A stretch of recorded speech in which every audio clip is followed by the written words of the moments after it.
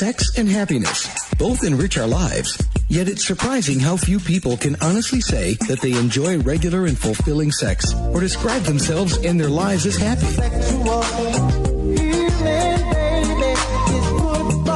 Host Laurie Handlers helps you to experience real intimacy and happiness. You'll laugh a little, learn a little, and we hope put a smile on your face and a smile in your life. Now here's Laurie. Hi everybody, this is Laurie Handlers, and you're listening to another episode of Sex and Happiness, the show about your sex and your happiness. And today we're going to have a great show. We're actually going to focus on men. A lot of times we focus on women, although sometimes we've focused on men in the past. We had a show called The Man Show, and we've had some other shows that focused on how men love. And today we're going to be focusing on how men can honor women and bring out the goddess in all women. So I'll tell you a little bit about my guest today.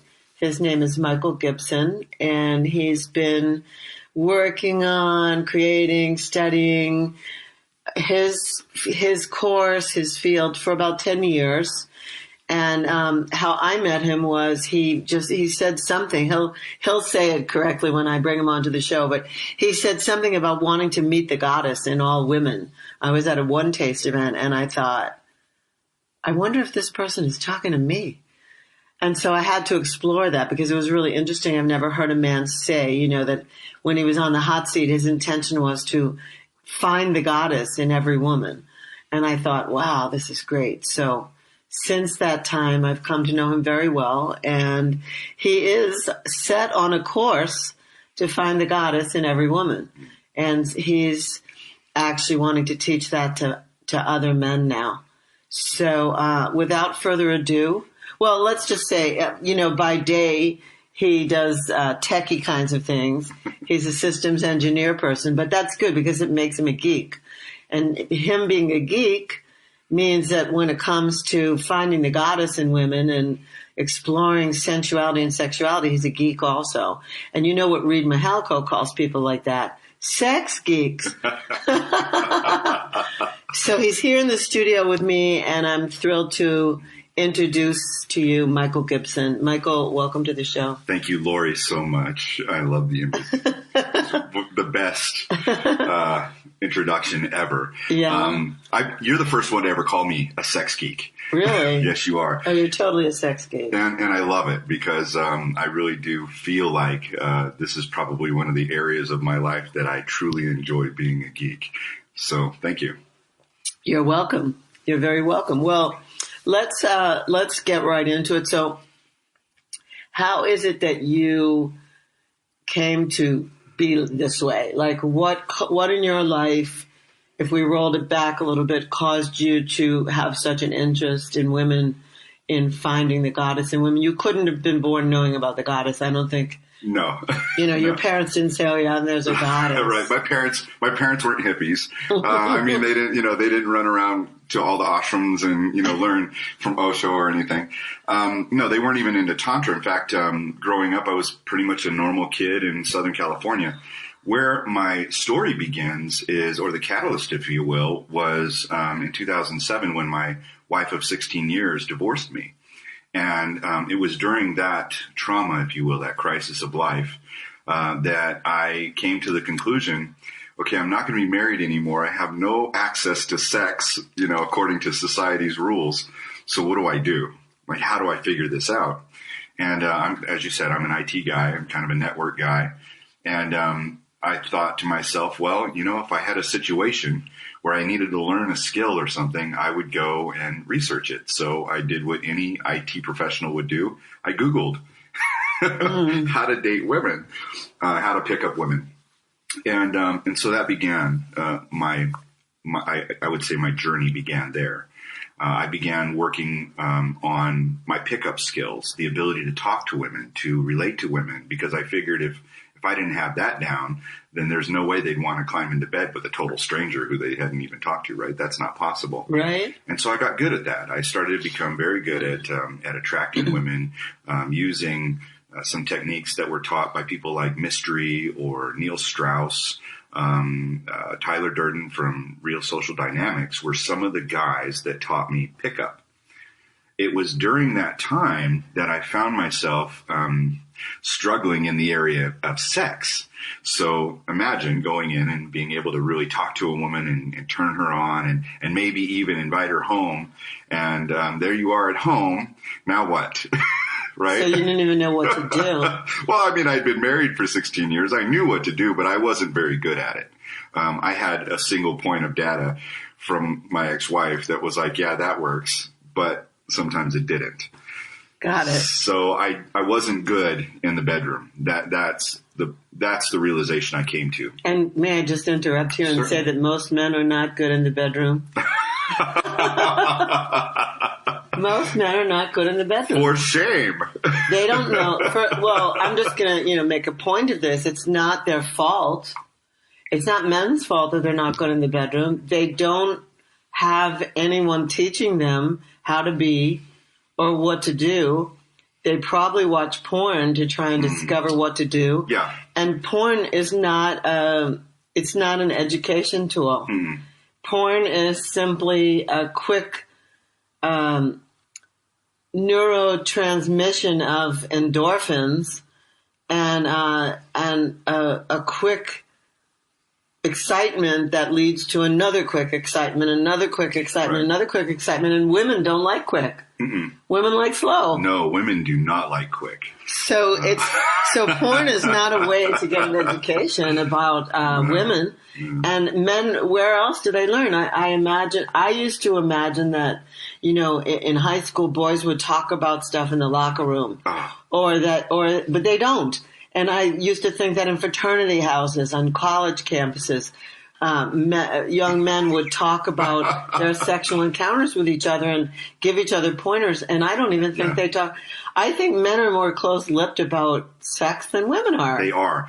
I've done a lot of research on this, as a matter of fact, and I've gone around and talked to a lot of different men about what works in the bedroom for them. What are their sexual prowess?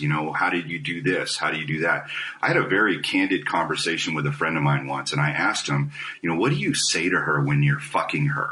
Like you're in the moment. And he looked at me kind of quizzically and he said, you mean like to get her into bed? And I said, no, man, she's in your bed. This is happening. What do you say to her to continue the seduction? What is it? And he couldn't tell me. Because he goes like this, duh. He went blank, like somebody turned the lights off, And I said, well, how do you know that she's having an orgasm? Like, are you paying attention? And he really didn't understand the questions because that's not normal for men to talk like that. We simply don't say, well, usually what I like to do is this technique and it's slow and it's this way, or I'll lift her legs up and I'll move her or what. Men don't talk about these kinds of things. And I don't know that women do too in that kind of detail, but I can tell you today, men have a very difficult time communicating that kind of stuff to each other because it's like taboo. We're just supposed to know. Men should already know how to make love. Well, when I was growing up, I thought that.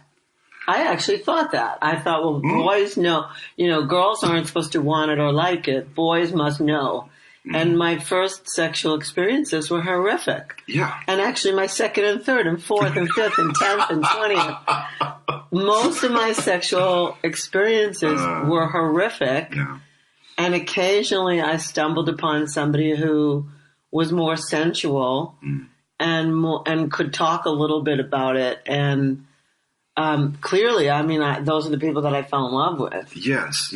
And whether they were love-worthy or not was not the question. They were sex-worthy, and so that equated to love-worthy. Absolutely. And I think the best point that you just made now was that it was somebody who was sensual, who was present. I think that makes the difference. And they were able to ignite that passion and desire within you in that moment. Or they were experimental. They would like to explore other things. I can count on one hand. I've had lots of lovers, but mostly I move through them quickly because I don't want to spend time with somebody like that either I have to teach or that isn't open to being taught, know. So they were more, they were sensual, they communicated, and they were, open to explore different things that added a quality of excitement and exploration and maybe bordering on taboo. Okay. And so that was what I would be like, oh, yeah, this is finally this is great. And I would talk to all my friends about that. And you would. So you would tell your friends about this amazing experience that you were having. And again, men don't do that. So we have this challenge in front of us. And that challenge becomes, how then do we show men how to really truly engage with women at the level that they want? Like what you're talking about, somebody who's playful, somebody who can come into the situation and be experimental and even a little taboo, as you said. I like the glimmer in your eye when you said it. But the truth is that men don't share that information with each other. And this is what I'm looking to right. That I want to right that ship. Yeah, I get it. I really get it. And I think it's long overdue. And I'm just going to add this point, and we don't have to belabor it, because actually on the Man Show that I did a few months ago with Steve Clark, we did talk about this in detail, which is feminism has scared the living bejesus out of men and has robbed men of their balls in a certain way. In the women's movement, we wanted to have equal pay for equal work, and we wanted to have equality and everything. But what that did was it's one of the things that started to feminize men. Yeah. And men have become so feminine that they lost their balls somewhere. They got confused. Like when I was growing up, men used to open the car door. They used to light my cigarette. They used to buy me a drink. They used to buy dinner. They used to do all these things. Mm-hmm. And now men don't know whether to ask to do those things, to just normally do those things, to pay for dinner. Yeah. And the way I have this funny thing, which I say to my girlfriends, if I'm out on a first date with somebody and I offer to pay, I don't like him. Oh, that's good to know. Yeah, I don't like him. There you go, gentlemen. There you have it. If I offer to pay for lunch or the coffee or the drink or the whatever, I don't like him that much, and I'm bringing it to an end, and I don't want to have any string attached that says, oh, thank you so much for taking me to dinner. Right. I don't want to have that thank you to that person. I don't really like him. Yeah, that makes sense. Well, and it's culturally, as you're talking about this, culturally, we've shifted to a complete different dynamic, and it's when I say I believe there's a goddess in every woman, right? I'm speaking to something like an archetype, like woman has the capability to be the most sensual and loving and desirable in a state. And so I think it's so brilliant that when you bring this to the conversation, right? Mm-hmm. You're saying, look, I'm going to be in control of my own social surroundings, and whether or not I'm going to date this guy again, this is one of my drop deads, right? Like this is and you do it classily, in a very classy way. I like that. So, but here's what I say to men. I say, listen, for the most part, we've been trained in every area of life. We train for our careers. We train for sports. We train for, any kind of hobby that we might have. We're going to spend time learning. Or the military. We learn how to do, so we have competence in that area of study. Not in sex. We have no academies for sex. I mean, I've been to, I don't know how many different Tantra experiences, classes, courses, etc. And I don't remember one of them saying, breaking it down. Okay, you do this next. You do this next, and here's why. That's not true. I do that in Sex Magic. You do that in Sex Magic. Yes, that's true. I say you're going to do this. You're going to work on her breasts for this long. You do. You're going to start at the top of her head. Slow down. I do. Yes, I do that. And men, literally, they take notes. Mm-hmm. And then I tell them, even though you're taking notes on this, don't make it into a thing. Right. Because if you're with the same woman and you do the same exact thing every time, she's going to get bored very quickly. So. And that's something that I like to call empathic seduction, and having this empathy for what she's experiencing. It's a little bit further down the road here. Well, we're going to take a break. break. Okay. When we come back, we'll talk about it. Okay. Awesome. So if you just tuned in, you're listening to Sex and Happiness, and I'm Laurie Handlers. And today I'm interviewing Michael Gibson, who's introducing a program called Just Add Skill, which is part of an overall strategy called the Academy for Men. I had a little something to do with this, so I'm excited about it because, you know, men need an academy, just like Michael just said. They need to be well trained in how it is in the bedroom and just like how it is in the boardroom. So stay tuned. We'll be right back.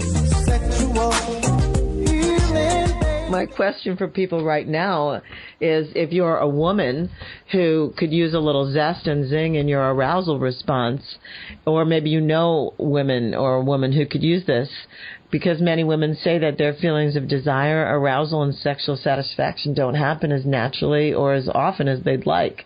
So I want to tell you about Zestra, because Zestra was developed to meet this much-needed option for women. Zestra's safe and a patented blend of botanical oils and extracts, and it's created to help women have increased sexual sensations. Zestra comes in convenient single-dose personal packets. Each packet keeps the essential arousal oils and extracts free, fresh, and safe from light. And with application of Zestra, it starts to work within 3 to 5 minutes. And at about 10 minutes, there's something called the Zestra Rush. And that can last up to about 45 minutes. The great news is that Zestra can be used as frequently as you like during each sexual experience. Now, I'm somebody who believes that all women deserve sexual satisfaction. That's why I do this show, in case you hadn't noticed. So I believe that men and women deserve sexual satisfaction. So if you're a woman who isn't getting that kind of arousal response that you want, please call 877-426-8047. That's 877-426-8047. And please remember to say you heard about Zestra from Laurie Handlers on the Sex and Happiness Show. Are you wondering what book to read to jumpstart your life? Get the best from relationships? Attain the deepest feelings of intimacy? Do you want the best sex along with great happiness? Get your copy of Sex and Happiness, The Tantric Laws of Intimacy by Laurie Handlers right now. You'll learn how to make love in the unknown, take the performance anxiety and reaching a goal out of sex.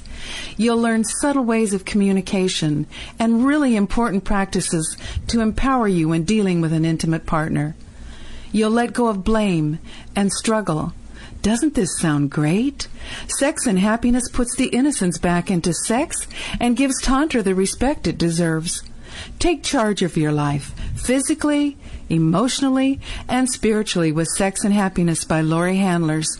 Only $19.99 paperback and $14.99 ebook. Order your copy today by going to butterflyworkshops.com. That's butterflyworkshops.com for your copy of Sex and Happiness.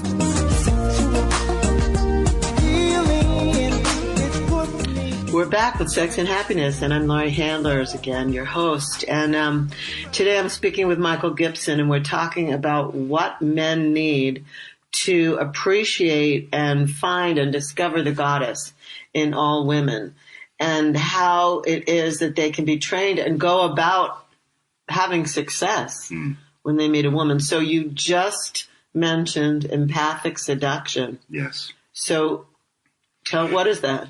That's a program that I'm putting together. It's our level 2 of Just Add Skill. In Just Add Skill level 1, we go through the basics of pleasuring women. How do we pleasure them physically? And knowing anatomy and other things. But empathic seduction comes in where, as you said, no woman is the same. And so you're not dealing with the same body makeup or body type. You're not dealing with the same emotional things that another woman has, or even the same chemistry for that matter. So you really do need to be empathic, or at least have empathy for what she's experiencing in the moment. And how I do that is I be present. And so I teach a very deep dive on presence and how to get there. I think that most women have it that men are not present. In fact, I say this often.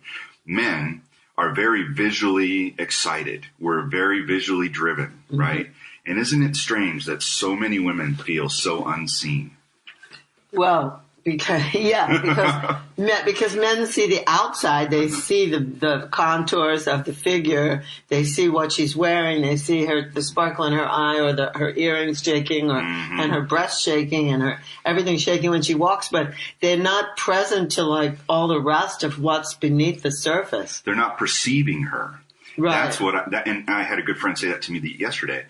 Men don't perceive women. We simply see the trappings. And that's what gets us going. It's very animalistic. And what I'm advocating is that men go beyond that we actually begin to perceive women for who they are. You have this appreciation for this lovely, beautiful goddess that you're dealing with. And my mother has a goddess in her. My daughter has a goddess in her. Every woman has that. And it's for men to really draw that out. And that's what I intend to teach. In a very simple way. It's not rocket science, as you say. It's not rocket science. No, it's not rocket science. Now, I have a friend, Stuart, who says that men have to become heroes. Every woman a goddess, every man a hero. And he says that the reason men, it predates what I said, feminism. Like, he says that men lost their job when they didn't have to be hunters anymore, right. And when there were no saber-toothed tigers to protect the family against, or to like that. Like, all of a sudden there was domestic animals, there was animal husbandry, there was planting of crops, and so the men didn't have to hunt anymore. What were the men going to do? And so they started. We began hunting women. That's what we did. That's what happened. He says that they started protecting the surplus of the crops, and that's where territory came in, and land came in, and boundaries, and then fighting over turf. That all came in because men had nothing to do when there was no physical threat of the saber-toothed tiger. That's very much it, because the physical threat became other men wanting to take your stores. Or your woman. Or your children even. Yeah. So, that's a lot of how it was. I look at it like this. When we talk about hunter-gatherer, I think what men lost is, and I'll say it this way, as a hunter, as a man, I'm a hunter. I can go out and search and find the elk or whatever it is I'm looking for. And then I have this thing called single focus, where I can look and watch and see how fast it's going. And if you put a spear in my hand, I become a predator. So at that point, now I've gone from hunter to predator, and I'm able to go out and kill what I need and bring it back. I have to have the strength for all of that. It's all encompassed in man. What the problem is that woman is never, and never should have been, and never has been, should be, the prey. Men should not be hunting women, and that's exactly what we do. Stalking women. There's an archetype that is appropriate for man to be, rather than be hunter for woman, and I call that archetype shaman. So rather than being the hunter of women, you become the shaman of women. And now you have a whole different world to live in, because you're bringing out the best in her. You're causing her pleasure, and you're watching her move through those moments, right, of sheer ecstasy. And she can see herself. This is what's so beautiful. She can see herself in those moments, and she can see who she really is. And that's when I say she's met the goddess. That's interesting. I could pick a bone of contention here for a minute, which is to say, I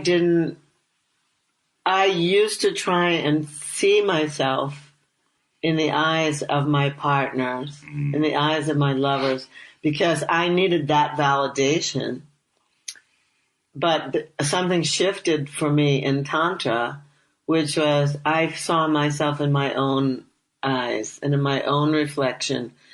And so it's a different thing now. Yeah. And I took myself past my point of no return sexually as well. So, that must be, I'm going to keep teaching what I teach and teach women to do that. I'm working on this program now, as you know, called Dream Girls with my friend Jennifer Katz. Oh, yeah. And last night I talked about sex magic, with the women, and I told them how to take themselves beyond the point that anyone's ever taken them sexually, so they know what their body can do. Yeah. So obviously when a shaman gets together with a with a tantra master or whatever, there's different kind of sparks. Yeah. But I think at first, if a woman has an experience with a present man, and I like the word present because present also means gift. Like yes, he gives the gift of his presence, which is a present. Yes. As long as he's not trying to hook her, like if there's no hooks, if it's really a gift, what he's doing, then she gets to see herself in all her glory. And then there's the piece about her not trying to hook. So it's an interesting dance because this hook thing that people do leads to codependency. Well, let me take you back to my story. This is so appropriate. When I first started learning this, I didn't realize that there were some things happening physically to a woman that caused her to want to spend more time with me or to have more of that, right? Like I want more. And that thing was called oxytocin. I had no idea that what I was producing in a woman was this oxytocin release that now I know is the love hormone, right? It causes trust. It elicits a lot of other emotions and cuddling, chemicals, sweetness, and all the other things. Yes, touch, all of that will produce oxytocin. But orgasm seems to be a really good releaser of oxytocin, which I absolutely love. And what I mean by that is that I found myself getting hooked with women I was spending time with in the early days because of it, and I didn't know why. I knew that I wanted variety, and I wanted to be someone who could offer variety for women, but I didn't understand the hook part of it. And so once I got that laid out and nailed out, I figured out that, look, the best way to really truly be someone who can provide loving care and sexual pleasure was to be somebody without hooks. And that took an understanding of chemistry. That was the big one for me. So I started to really research chemistry as well as the anatomy of a woman. And once I discovered those pieces, I started to follow that trail. And now we have an entire program built around how to truly pleasure a woman using the knowledge of anatomy, chemistry, and also being able to truly touch in a way that that provides what I call honoring of the goddess. Well, there's one other piece that just came up for me when you were talking, and that's that I wrote this in my book, which I wrote my book in 2003 and 4 and 5. I think I published it in 2006. There's something about this thing where women want men to stay, and men always know they have to leave. So it's something about being present, and then it's knowing that I'm present right now, but in a few minutes I'm going to have to leave. Yes. Either it's leaving to go off to war, where you could be killed. It's leaving to go to work. It's leaving to go just having to be in the man cave. It doesn't necessarily mean leaving to have to go to another woman. Right. Because if I ask women and men what they want, like most women who come to Tantra say they're looking for one monogamous relationship. And most men say they're looking for polyamorous, multiple relationships. And I mean, this show's not going to be about are people relationship avoidant or are people still trying to form codependencies. That's a different show. But there is something about when we say be present. Being present means being fully there, fully present, but also knowing in your heart or in your chemistry as a man, you have to go at some point. You have to go. That's so true. And women needing to know that they have to go. Like wherever life is taking them, they have to get on that ship and steer it into the ocean. You know, they'll be back. Yeah. But they have to go. They have to go. It's wired in a man's chemistry. A man is not supposed to be, even if he's, if you're into astrology and the man's a Cancer, and he wants to be home and inside the crab shell. he's got to go. He wants his own space. Yeah, he has to crawl back to the water, back through the sand or whatever. So I think knowing that's nature. Mm-hmm. I don't know. There's something mature to be gotten about that and to know that. And I hate to bring the bad news, but that's the news. It's so true. One of my favorite writers and researchers, authors, is Christopher Ryan. He wrote a book called Sex at Dawn. I highly recommend everybody get that book and study it. It's a fantastic look at sex when we were primates or when we were emerging as humans and what it looked like. And a lot of this can be extrapolated from the research that's been done with chimps and bonobos.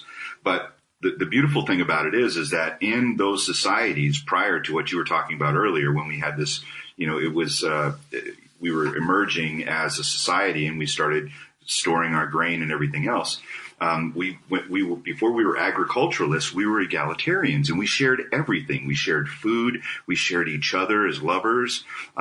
Children were not.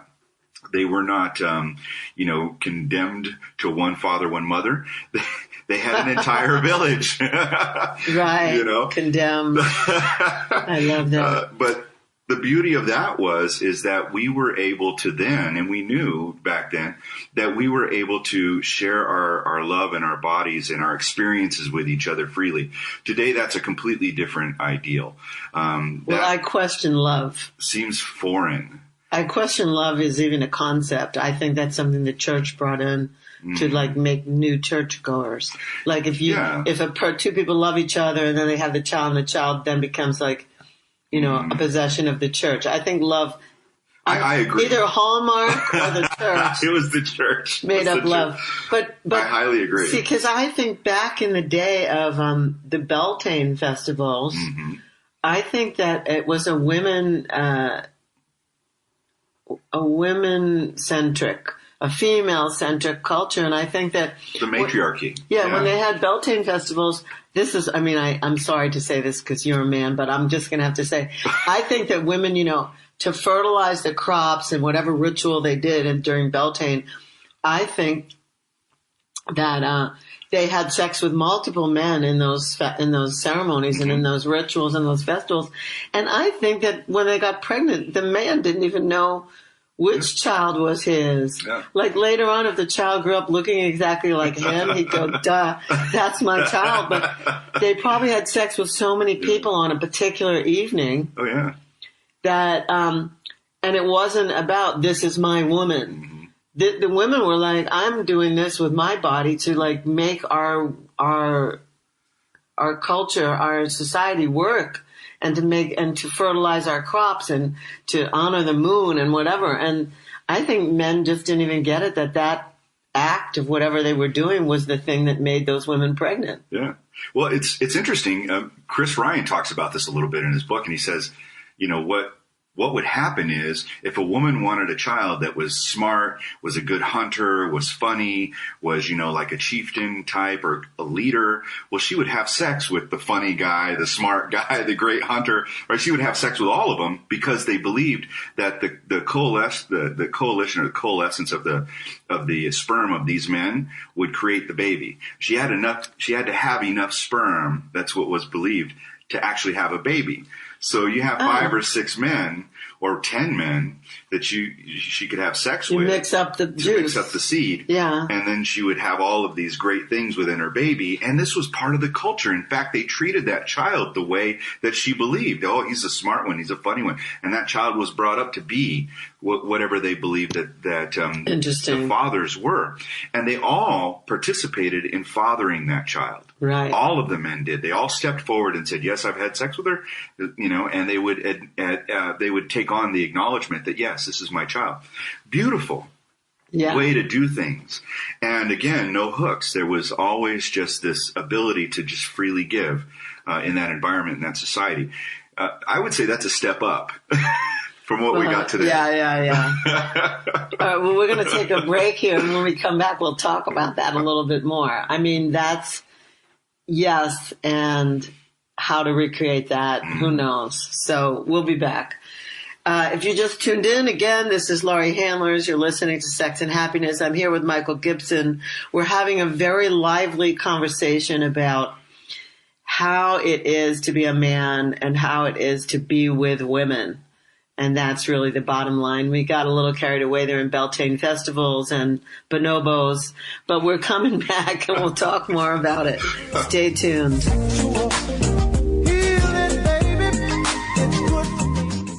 As a sex and happiness coach, I understand that increased sexual participation intensifies sexual responsiveness and desire, as well as overall health and well-being. My experience with the Sybian has personally increased my sexual response, and I can now train women to use this machine to have peak orgasms as often as possible. I strongly believe this will add to their health and well-being whether they have a partner or not.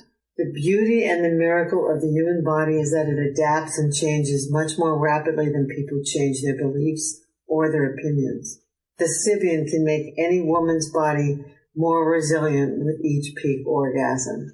Sybian is an amazing experience, often described as the Lamborghini of sex toys.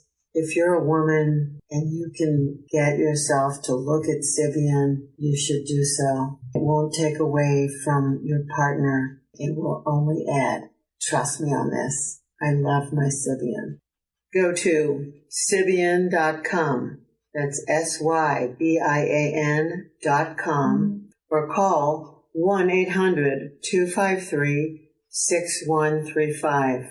That's 800-253-6135. And say Laurie Handlers told you about Sybian. And by the way, if you do have a partner, ask about Venus for Men.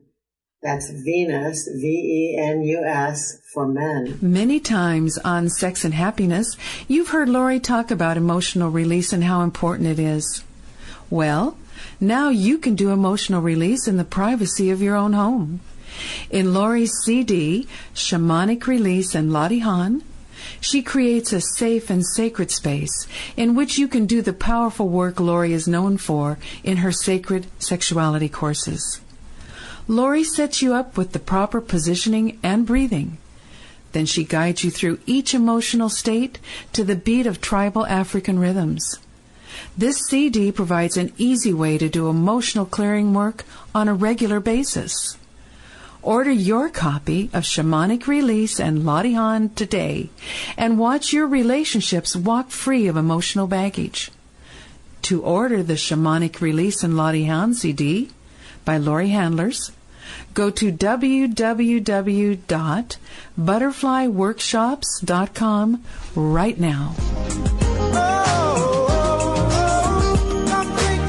We are back with Sex and Happiness, and the last thing that Michael said before I cut to break was about a step up, how there was a step up. And I'm not sure you want to continue this line of thinking or what. I personally want to get more into what it is that you're creating, what it is that we're launching here.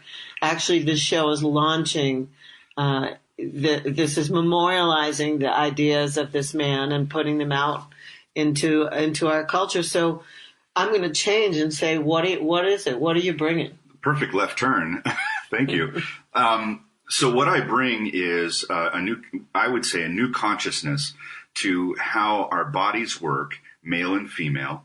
And I teach men simple structures or techniques and with an understanding of anatomy and with an understanding of chemistry, how to touch a woman such that she's getting the fullness of the pleasure. The other piece that I teach is how to be present as a man.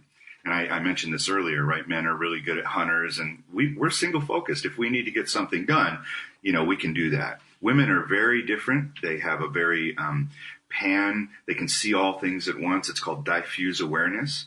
Thank you, Alison Armstrong, for that. Diffuse awareness means that you experience everything all at once. Well, and internally. So how does a man address that? If we're just good at throwing the spear, right? Everything seems like you're out to get it. Like you're on the prowl, right? And it doesn't work for women. So how do you then begin, this is part of the program, how do you then begin to touch a woman in such a way where she's no longer feeling like she's the prey? You're creating safe space for her. And through that, we do something called, in the program, we do something called having an adult conversation about sex. And so we start with skill number 1, which is how to have that conversation. Consent is the first topic. The second one is our safer sex conversation. And then the third one is our, boundaries. And so, or our agreements. And within that, you may be familiar with this. It's your desires, fears, and boundaries. And so having an adult conversation with a woman as a man and leading that conversation is the beginning of safety, because you're communicating to her. And I say this all the time. Consent is the beginning of good sex, and consent is always revocable. It's why in our community, we have something called safe words, right? Safe words can get you out of a situation. If you're engaged in something that doesn't work for you anymore, you can revoke your consent. That's right. Very powerful. Or at least get something to stop. Right. That's very powerful for a woman. But I also want to add something, though, because there's something other than safer sex conversation, and even something beyond desires, fears, and boundaries, which is, if it's a first encounter with somebody, what would it mean to you if I had sex with you? Yeah, emotionally. Yeah, like do you want me to call you tomorrow? Yeah. Do you want a text that says thanks, it was great? Mm-hmm. What would it mean? Yes. Yeah. I mean, and I say that because of where I'm at, my status, as a sex goddess, but I just think that's a really good conversation. A lot of people won't come clean either in that conversation. And it's very important that you both have that conversation, because if I were to ask you, what would it mean to you emotionally if you and I had sex and you came back with something like, well, it would mean that, we're starting a relationship and we're going into a monogamous thing like that. At that point, I might be able to actually communicate, but that's not exactly what I'm looking for. And now you're at choice, and so am I. So this is an adult conversation. Not very many people have these kinds of conversations. At that point, I might say it's probably best that we don't have sex, because if you're looking for a monogamous relationship, I'm not your man. But if you're looking to expand yourself and enjoy yourself and be pleasured, then without any strings or hooks attached, then I am your man, and I can be your man until you find that man, right? I might be a go-between, and why not? It's your life. Enjoy it. So yeah, that's absolutely important. So, okay. So then you have these conversations, and then you decide to proceed. Yes. You decide to proceed knowing that sex does foster intimacy because of oxytocin. Absolutely. So then what? Well, in the program, we move from having these conversations to understanding the anatomy of women.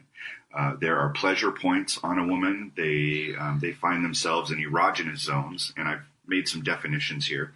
But the erogenous zone, the hard erogenous zone, is going to be, or erogenous zone, is going to be your breasts, your areolas, your nipples, and that all connects down your superhighway of feelings, right? Your back, your spine. It hits that nervous system and it expands out. And there are other erogenous zones. The second one that I identify is your sex erogenous zone. And on a woman, it's just below the belly button down to the knees. So that's an interesting thing to think about. Wow, I thought it was just her vagina, or it was just her clitoris. No, all of that is integrated, and it's all feeling.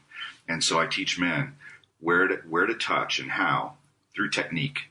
But the anatomy is important, because if we don't understand your anatomy, then we're kind of fumbling around, aren't we? Yeah, I would say that most of my sexual experiences were people fumbling around. And they knew more about football than they knew about my body. Oh, that's so great. Yes. So, and then there's a third erogenous zone, and that is called the mind. And I love that erogenous zone. Many women are sapiosexual, and they really do need to be stimulated in the mind. So I recommend that men become intelligent, right? So that you can have conversations that are very hot and very sexy. I want to bring something in here that I don't think we have ever discussed, but I want to say this, that physiologically, men can be directly touched on their penis within 1 minute of the idea of sex. Physiologically, women cannot be touched directly on their clitoris or in their vagina for possibly up to 40 minutes. Yeah. So sapiosexuality is like a very important concept. For a woman to even want someone to touch her, she needs to be seduced in her mind. Absolutely. There needs to be some, Well, and that's the part of empathic seduction that I bring out in level 2. But I do speak of it, and I think it's important that men understand if you seduce her mind, her body will follow. Humor is very important. Understanding what she loves and getting to know her and having those conversations that really inspire her, spark her, her intellect. Bring that out of her. That's the sapiosexual piece to it. The rest of it comes down to touch and how to touch. And so we're going to go into that. The other thing we're going to talk about again is the oxytocin and serotonin and, all of the other delicious cocktail of hormones that are released when you touch a woman this way. And the best part of it is that it's reproducible. These results I've gotten have come through research. So they're reproducible over and over and over again. However, the things that do change are the women that you're with. And so you want to become very attentive to the woman you're with. Don't just think that these techniques are just going to work everywhere, right? They do, and you're not with the same goddess. You better get that. Right, and you also better keep your stories straight. But I wanted to say something here because we kind of have like two minutes to go. There's something about men, in my teachings, men also have to become receivers. And men don't know how to do that for the most part. Men know how to get a blowjob, but other than that, they're not really, most men really like that. And, we could say, okay, women need to learn that better. Plenty of my friends make money by teaching how to give a blowjob on a banana. But I'm joking about it, but they do that. Okay. But I'm not talking about that. I'm talking about also finding the goddess within.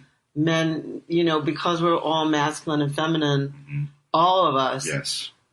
Being able to find that guy. And there's a whole new generation coming up that has nothing. They're not binary. Yeah. They're not masculine or feminine, but we won't go there. We're not talking about that right now. Our LGBT friends and those people that are, in those communities. And they're part of our community because I think we are part of that community. Exactly. Yeah, so there's this piece about men finding the goddess within as also. So I'd like to themselves. speak to that. I think that's important. That's level 3 for us. And that's modern shaman. The way to really truly connect with the goddess that you're embracing in the moment is to actually have connected to your own goddess. And I call that the shaman. That's your feminine. Your masculine is your hunter predator, right? Your feminine is your shaman. That's how you can interact, understanding your own goddess within. I know this sounds like very woo-woo, and I'd love to define what I mean by goddess, but it's your perfect sensual self at the height of your expression, right? Your freedom to express your sexual love and desire. I think that is very much embodies the goddess. And so if you as a man can connect to that, oh my goodness, you become so much more valuable and I think aware of the goddess that you're embracing. It's very important. Awesome. Thank you. So how can people find you? Well, you can find us online at justadskill.org. That is a connection to our Patreon page, and right now we're working through Patreon. Also, when you go through our programs, you'll be added to our secret group, which is called the Academy for Men. And so as we develop materials and we begin to bring this forward, we'll have a little bit more availability as far as email addresses and other things. Also, you can email me at michael@justadskill.org, and I'll respond to you and see about having you come in and be a part of our programs. But that's one of the easiest ways to get a hold of me.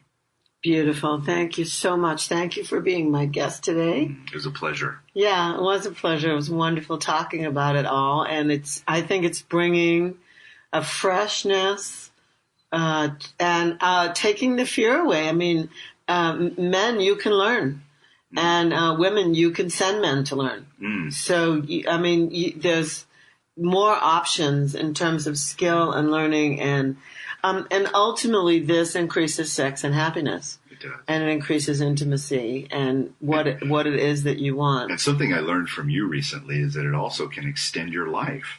Yes, it can.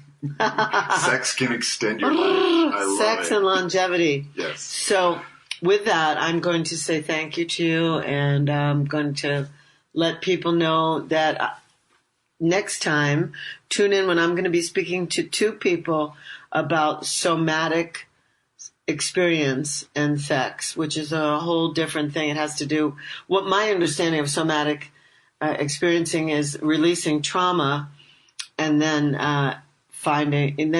actually incorporating sex. But I'm just making that up. I don't know exactly what my guests are going to talk about, but they're experts in somatic experiencing. So tune in next time. That'll be my show. Thank you for listening. Without you, I couldn't do this, and it wouldn't make a difference, but it makes a difference because of you. So this is Laurie Handler signing off for Sex and Happiness. Thank you for joining us today for Sex and Happiness. To learn more about Laurie and her work, please go to butterflyworkshops.com or follow her on Twitter or Facebook. You can send her an email at sexandhappiness@gmail.com. We'll see you again right here next week for another edition of Sex and Happiness. Oh.